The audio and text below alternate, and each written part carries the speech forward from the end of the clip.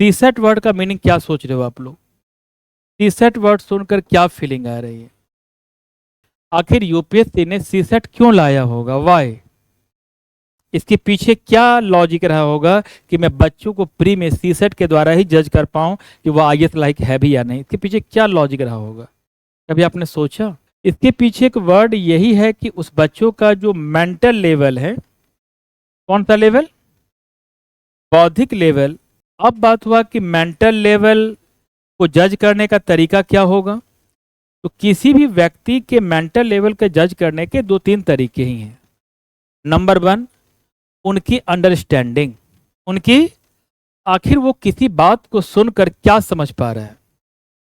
जैसे मान लीजिए मैंने कहा कि क्या आप चाय लेंगे, मेरा पेपर चल रहा है, तो आपको समझ जाना है ना कोई व्यक्ति आपसे बात करने को तैयार नहीं है, वो चाय पूछना है उसकी एक फॉर्मेलिटी है, मेरा मतलब कर्तव्य है कि मैं ना बोल के वहां से निकल जाऊं। तो अंडरस्टैंडिंग की बात करते हैं। इस अंडरस्टैंडिंग के लिए यूपीएससी ने लॉन्च किया रीडिंग कॉम्प्रिहेंशन, जिसको हम लोग आरसी बोलते हैं। क्या बोलते हैं? आरसी। अब रीडिंग कॉम्प्रिहेंशन के बाद दूसरा लेवल है कि बच्चे के अंदर हम कैसे जज कर पाएं कि उसका मेंटल लेवल क्या है।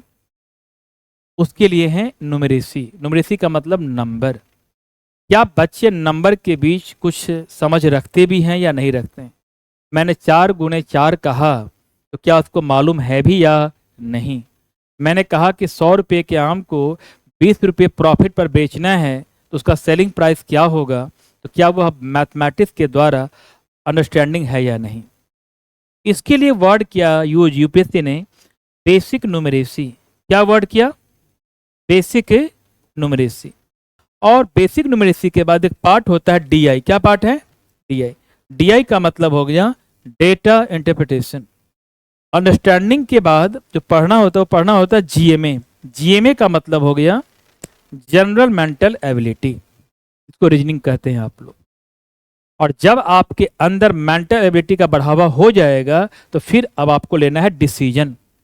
और डिसीजन के लिए क्या पढ़ना है? एलआर और एआर। एलआर और एआर का फुल फॉर्म होता है logical reasoning and analytical reasoning. और इसके बाद हम लोग पढ़ते हैं डीएम। डीएम का मतलब डिसीजन मेकिंग, जो 2016 से पूछना काफी कम कर दिया है।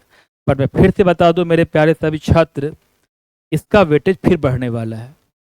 इसका वेटेज बढ़ेगा in the form of case study के रूप में। कोई घटना दे देगा और उस पर अब क्या निर्णय होगा। Decision making plus IPS. IPS का फुल फॉर्म जानते हो? Interpersonal skill.